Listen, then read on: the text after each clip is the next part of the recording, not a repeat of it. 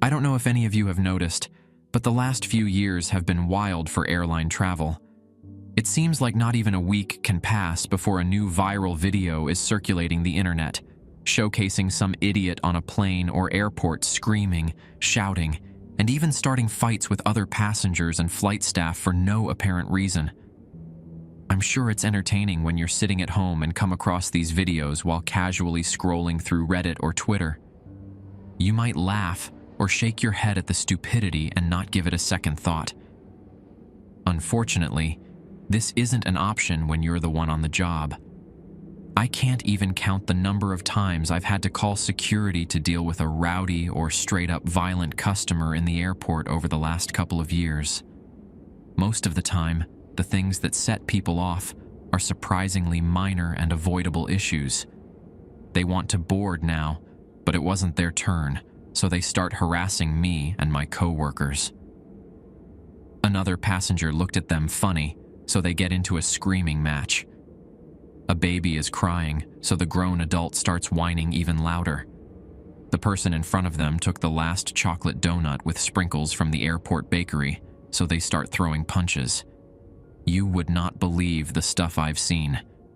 Needless to say, I got tired of it.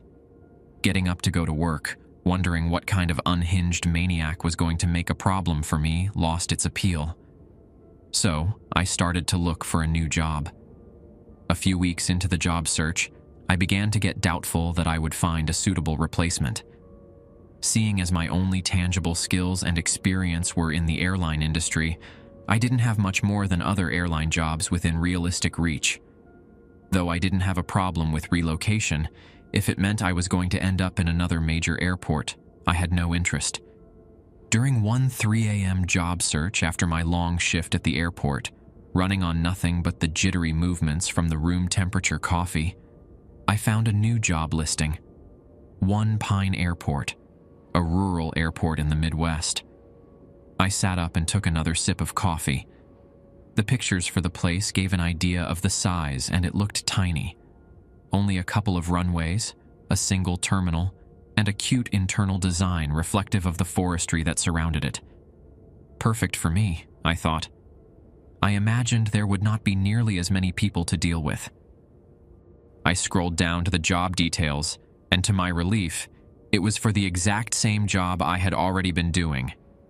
The only difference was that it required frequent night shifts. I had done plenty of night shifts before, but doing a few more of them made no difference to me. Surprisingly listed was the pay.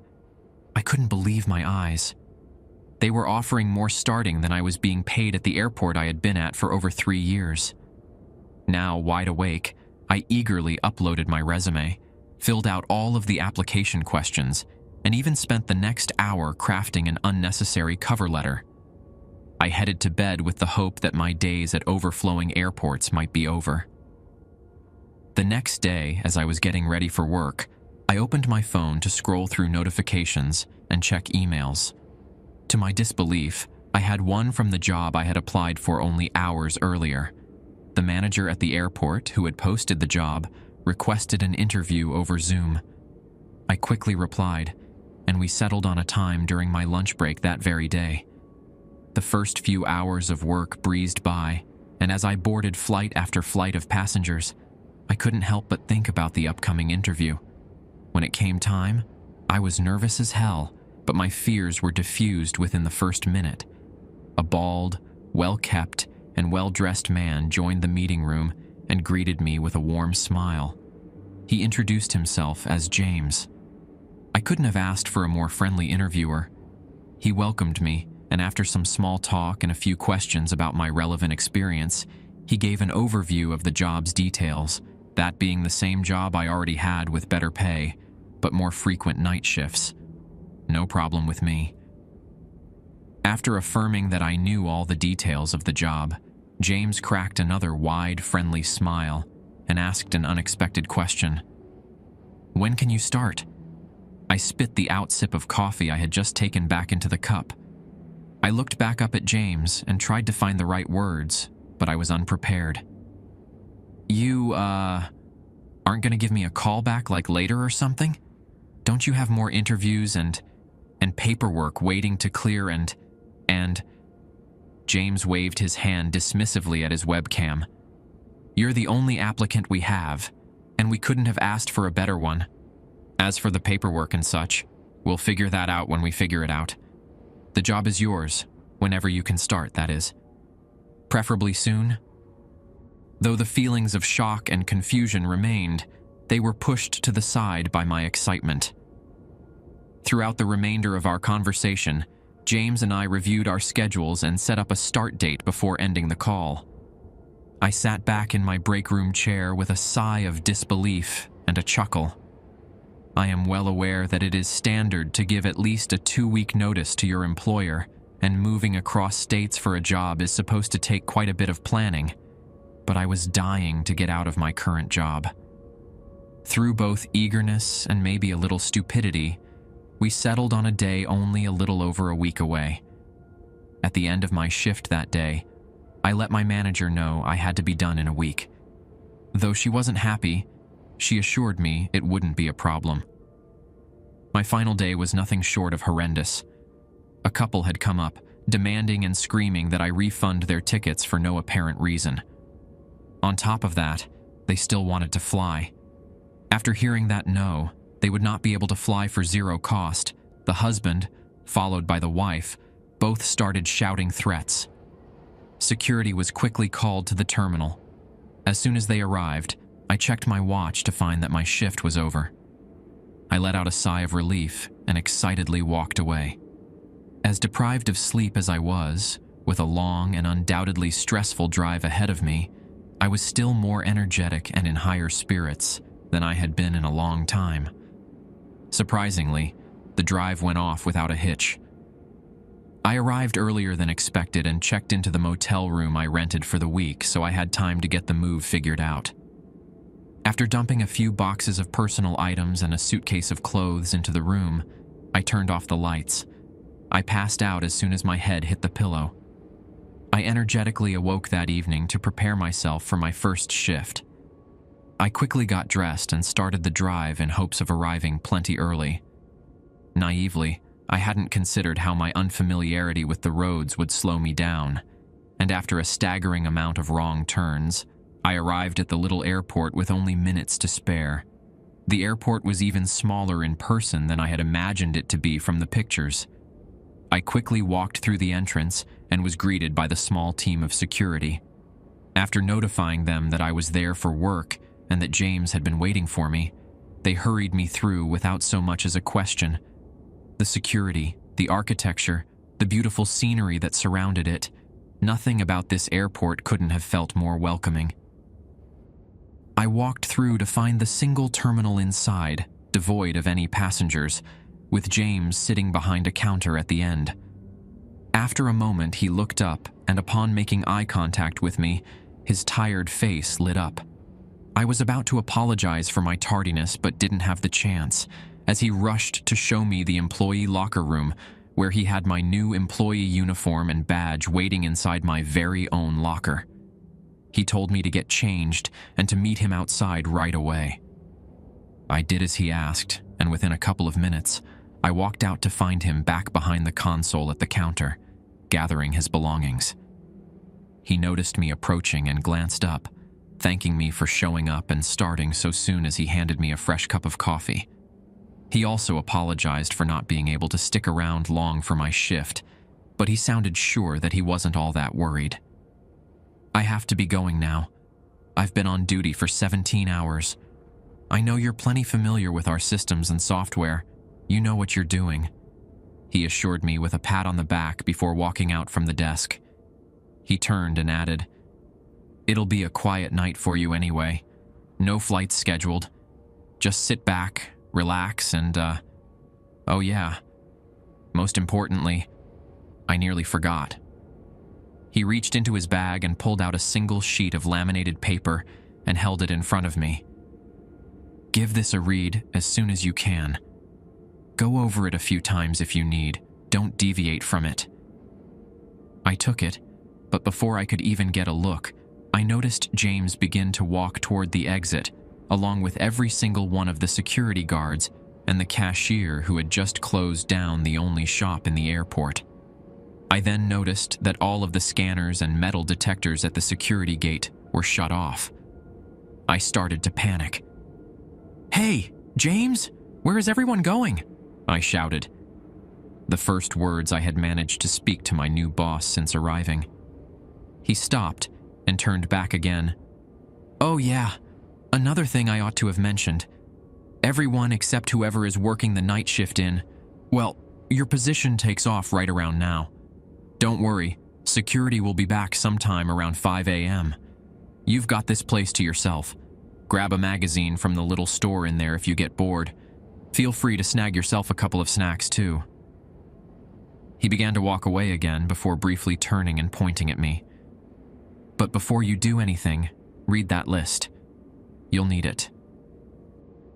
I stood, dumbfounded, as I watched my new boss along with all of the other airport staff leave. I started to wrap my head around the fact that I had an empty airport to myself for 10 hours, with nothing to do and no one to deal with, all while I was getting paid the highest wage I had ever earned. As much as thinking about it delighted me, I turned my attention toward the sheet of paper I almost forgot I was holding on to. James said to follow whatever list was on it, so I figured I ought to take a look. I walked behind the airport counter and sank into one of the seats behind it. I took a sip of coffee and finally took a serious look. A total of 6 rules were neatly spaced on the sheet. Rule 1. All lights in the airport are to stay on at all times. If one is off, or if you are to accidentally turn one off, turn it back on as soon as possible.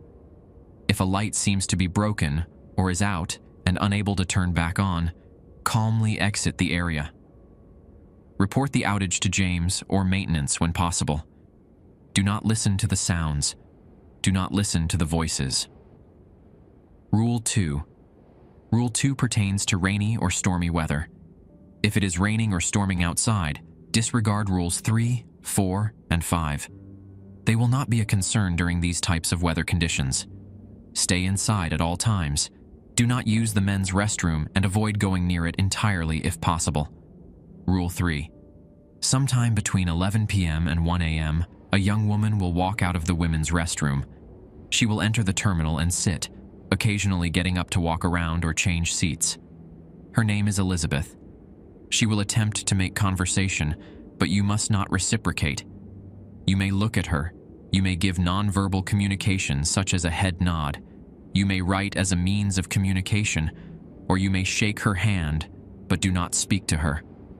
If you refuse to speak to her, Elizabeth should be gone within a few hours. If you happen to make such a mistake, go to the men's restroom and wait for her to leave. Rule 4. At around 1 or 2 in the morning, a janitor in blue coveralls will arrive at the front entrance. Crack open the door and ask for his name. If he says his name is Simon, let him in. If he gives you any name other than Simon, shut the door and lock it without another word and walk away. If the janitor is Simon, he will attend to the janitorial needs of the airport. If he asks to clean where you are standing, oblige him. Simon will not interfere with your duties otherwise. He is not hostile or dangerous. You may engage in conversation with Simon. He will leave the same way he came when he feels it is necessary. Rule 5. At around 3 a.m., you may notice that a black and red Cessna Skyhawk has landed on one of the airstrips. You will never see it land, and you will never see it take off. It will just appear when you're not looking. After spotting the plane for the first time, do not look at it again. Avoid looking in its general direction, if at all possible. There is a picture of the exact plane displayed inside the terminal, behind the counter. Rule 6. Later in the night, but sometime before dawn, a group of men claiming to be from TSA may arrive at the airport. They will have their own key and let themselves in. Some could be armed. Often, they exhibit panicked behavior. They may search through the airport, sweep room to room, and ask questions. They are permitted to search anywhere in the main airport building that they please, and you may oblige to any questioning, but under no circumstances are they permitted to enter the sky bridge. They will not enter without verbal approval, and they cannot harm you." After reading over it a few times, I set the laminated sheet down and leaned back further into my seat before taking a long sip of coffee, wondering what on earth I had just read. I hadn't taken James to be the imaginative type. Most of all, I hadn't taken him to be anywhere near the unprofessional type.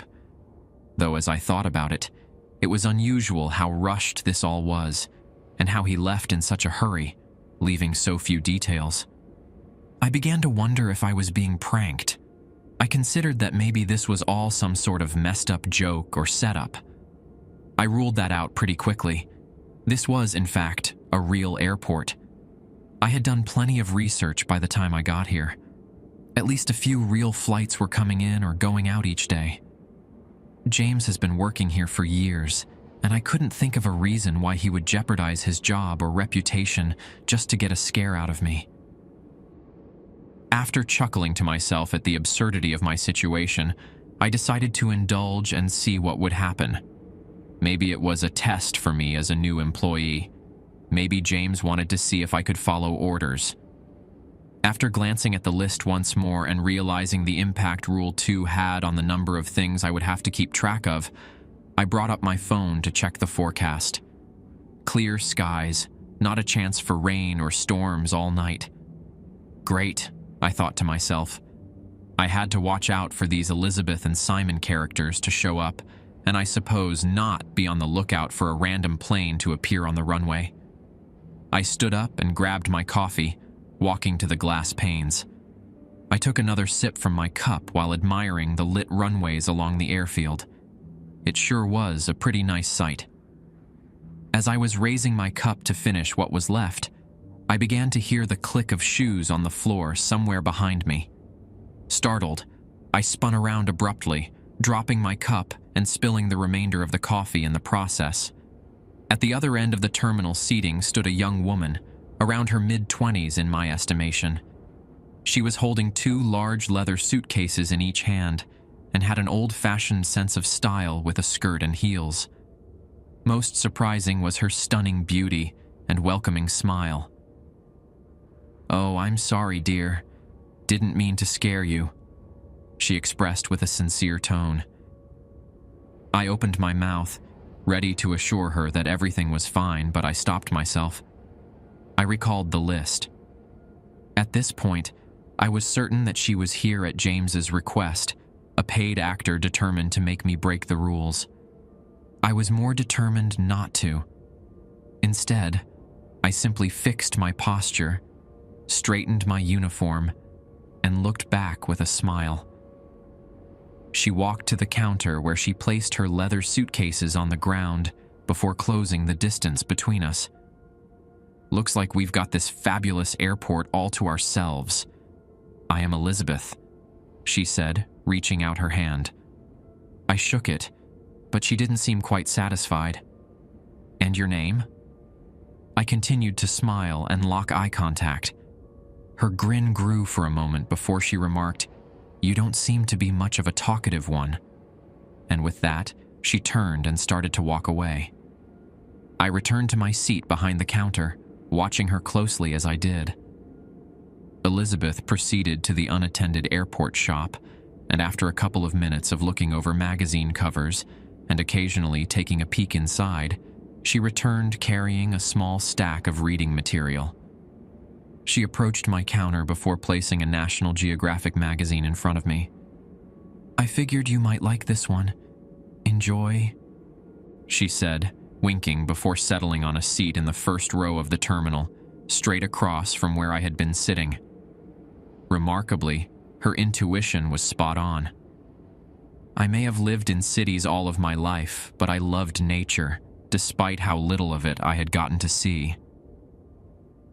National Geographic was a favorite of mine, one I had been familiar with and enjoyed on work breaks from time to time. Rarely was I given this long to be able to read. I was almost tempted to break the rule and thank her for her rather thoughtful act, though I didn't. I stuck to the rule. The next couple of hours were uneventful. Elizabeth and I read through our magazines, occasionally looking up at each other to exchange glances and smiles. Within that time, she had attempted to get me to talk at least half a dozen more times. I almost gave in when she asked me if I wanted another magazine. At a little past 1:30, I could hear a knock at the front entrance. Elizabeth and I both looked before she remarked, "Oh, that must be the nice cleaner man," with a giggle before returning to her magazine. I walked over to the front doors, and sure enough, there stood a man around his mid-30s, sporting a blue janitor suit, waiting patiently at the door. I unlocked the door and opened it. As he took a stride to enter, I remembered the most important detail from Rule 4. I closed the door halfway and sternly commanded, "Wait." The man looked up at me with a surprised look. I asked him the question, "What is your name?" The man stared back at me as an innocent smile formed on his face. "I'm Simon," he announced excitedly. "The janitor here. Did James let you know I was coming tonight?" I stood there for a moment, thinking over the rule, before nodding my head and opening the door once again to let him in. Once inside, Simon walked with purpose to the janitor's closet, which was positioned near the men's restroom. I followed him somewhat suspiciously for the next few minutes as he began to clean, but I eased up once I got the feeling that he was just the janitor around here, and that James made up the whole ask for his name thing to make into one of his rules. I returned to my counter in the terminal and continued to read. Occasionally, Simon would pass by, off to do his duties in some part of the airport, or Elizabeth would stand up to look at the various pictures and paintings on display in the terminal. A good half an hour of this would go on before Simon approached the terminal counter with his mop in hand. He seemed to be eyeing up the 2 leather suitcases Elizabeth had set there. Assuming he wanted to clean where they were, I got up to move them. I grabbed each one by the handle but failed to lift them off of the ground. Confused, I stepped back to see if they were stuck on something. They were not. Just 2 suitcases, left right where Elizabeth had set them. I tried to lift just one. Again, I failed. I tried both hands, putting my back and legs into it with all that I had. It wouldn't budge. I looked back up at Simon, who nodded his head in Elizabeth's direction. I turned to look at Elizabeth, who, after noticing my stare and my apparent inability to move her luggage, smiled and stood up. "Let me get that for you," she insisted. With ease, she lifted both leather suitcases and moved them closer to her seat before lowering them, this time letting them drop a few inches. When they hit the ground, a boom echoed through the airport, and I flinched in surprise. I looked back at Simon, who hadn't seemed shocked at all. He just continued to mop. I slowly made my way back to my seat, not taking an eye off Elizabeth for 1 second as I did. After a few minutes, she looked back up from her magazine, noticed my stare, and returned to her reading with a grin. She seemed to find my shock amusing. Eventually, Simon noticed my surprise as well. He paused his mopping and approached me before raising his head. I know. Stick to the rules, and everything will be just fine. Trust me," he stated quietly. I nodded my head in response. Simon went back to his cleaning. A few minutes passed before Elizabeth had something new to say. "What a remarkable aircraft," she exclaimed, looking out the glass panes facing the runways. I followed her gaze to the lone black and red airplane positioned on the runway. I turned around, looking at the picture displayed behind me. It certainly looked like a match. I turned back to the window and felt my heart sink. A silhouette of a person now stood next to the plane, facing the airport and the windows of the terminal. "Stop looking at it," Simon sternly muttered from behind me. I looked back at Simon, who quickly cowered, seemingly ashamed to have raised his voice at me, but I was grateful he had. I read over Rule 5 again, specifically where it stated to not look at the plane twice. I murmured insults at myself under my breath, but they didn't have much room between my now heavy, frantic breathing. My eyes darted through the other rules. I chose to focus on that sheet of paper. At least it was something other to look at than the plane outside. This went on for a good 10 minutes or so, and my breathing started to calm down. I had begun to pray in my head that whoever and whatever that was would go away when Elizabeth suddenly approached my counter. I snapped my head up in a jittery movement to make eye contact with her. "I'm going to get some more reading material. Want another one of those?" she asked, reaching a hand out to my National Geographic magazine.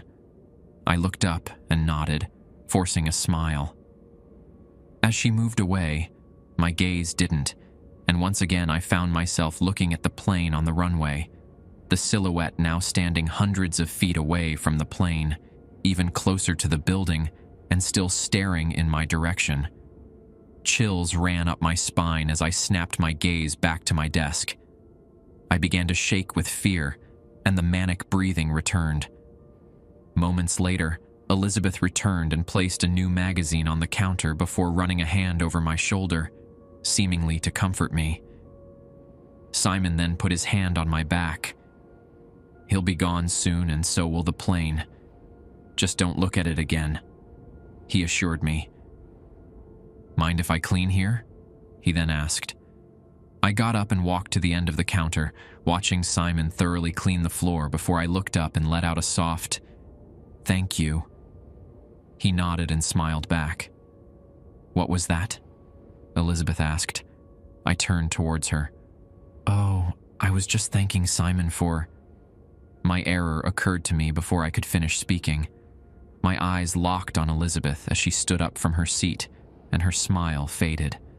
Her eyes and nose began to bleed profusely as she started to sob, lightly at first, then hysterically. She let out a bellowing screech, a mix of pain and anger. She picked up one of her suitcases and hurled it at me.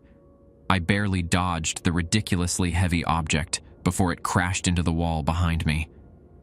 Luckily, I was quick thinking this time and made a run for the men's restroom, recalling Rule 3. She chased after me, but I slammed the door shut in her face and locked it. Elizabeth pounded on the door with furious anger a few times but gave up quickly. "So that's how you dance, is it, love?" "I can play that game." She snickered before flipping a light switch outside of the bathroom. The clicking of her shoes faded away. A few minutes of silence passed before laughter started to become audible from the other side of the door. One voice grew to two, two voices grew to three, three grew to 10. While others continued their now hysterical laughing, some began to scream. I crumbled to the floor, covering my ears as the voices went on, only stopped by another flip of the switch. Light beamed through the bottom of the door. "It's over now. She's gone, and so is the plane. I've got to be getting out of here soon." Simon's calm and friendly voice called out. I reluctantly exited the bathroom and followed him back to the counter, where he had prepared another coffee for me. "Wish I could have done more there, but you'll come to find out that when Elizabeth gets angry, you just gotta let her do her thing." I looked up at him, still with my distraught face, at a loss for words. Over the next few minutes, Simon finished cleaning Elizabeth's blood from the floor before putting everything back into the janitor's closet. He looked down at his watch. "I better get out of here. Good luck with the rest of your night. I hope I'll be seeing you soon," he said, letting out a sigh as he again looked at me in pity. I think he knew how shaken up I was. It was like he had seen people in my position before. Something told me he doesn't have a choice on when he leaves. After I watched him exit the door, I returned to my seat behind the counter. I began to feel alone and afraid, but the loneliness wouldn't last at least. Only minutes after Simon left, the doors swung open, and men in tactical gear, most of which had their faces covered in masks and goggles, rushed through the door. I sprung back up from my seat and watched as they did, with not much else I could do. They swept room to room, checking every nook and cranny at gunpoint, ignoring my existence at first. As they cleared the entire building, the 20 or so armed men made their way to the terminal seating area. A lone man in a suit, whom I had not noticed enter, made his way to the front of the group. "I'm with TSA. I'm going to need you to answer some questions for me," he demanded. I nodded in affirmation. "How many individuals have you seen in this airport since the security team left the building?" "Besides myself, 2 inside, 1 outside," I answered confidently. "Was the individual outside next to a black and red Cessna Skyhawk?" "Yes," I again responded confidently. The man in the suit nodded and paused for a moment before making another demand. "We're going to need to search the air bridge." I glanced back at the sheet of rules on the counter, making sure I had read it right before. I took a step forward and straightened my uniform. "No," I replied. The man in the suit looked irritated. "If you do not step aside and give us permission to search, I'm afraid I'll have to detain you." Already tired and worn out, I wasn't going to break the last rule. I decided to give a not-so-smart remark to the man in the suit. "Looking a little well-armed for TSA, wouldn't you agree?" He ignored my comment. "Last chance, step aside." "No." Again, irritated by my response, the man in the suit turned to his right and raised his chin to give a signal. Gunshots rang out, and I collapsed to the floor. I felt as though my life left my body before it all faded to black. The next thing I remembered was the feeling of my hand gripping a water bottle. Then came James's voice. "I see you made it through the first night intact. Looks like you got to meet Simon. He's a nice guy. You'll get to like him. And Elizabeth, she's something else, isn't she?" I opened my eyes and looked up at James. "Am I dead?" I asked in a raspy voice. James chuckled in return. No, you did great. You're fine. It does, however, look like you might have been a little assertive to our undead TSA Special Forces wannabes. I would recommend sticking with the less aggressive tone and word choices. Maybe I ought to edit that into the rules sheet. In any case, they can't hurt you, but they can still get a jump out of you, as you saw. Once again, I was at a loss for words. I slowly made my way back to my feet from the ground and looked at the sunrise over the airfield. James held out an envelope for me. I opened it, revealing a stack of crisp $100 bills. "A little bonus for your first night. It sure is a lot to go through for the first time, but I promise, you get used to it all." I turned to James with an angry look and finally spoke up. "What the hell is wrong with you? What makes you think it's okay to put someone through this without any warning? I'm done. Keep your damn money. I'm gonna go call the cops." I started to walk towards the exit when James stepped in front of me. "Look, I know it isn't fair for you, but it wasn't fair for me either. It wasn't fair for any of us. It's not okay, I know. But what do you expect me to do? Someone needs to be here for the night shift. You wouldn't believe any of this if I told you ahead of time. You would have thought I was some sort of nut job, and the police will think of you the same if you tell them. I needed you to see it for yourself."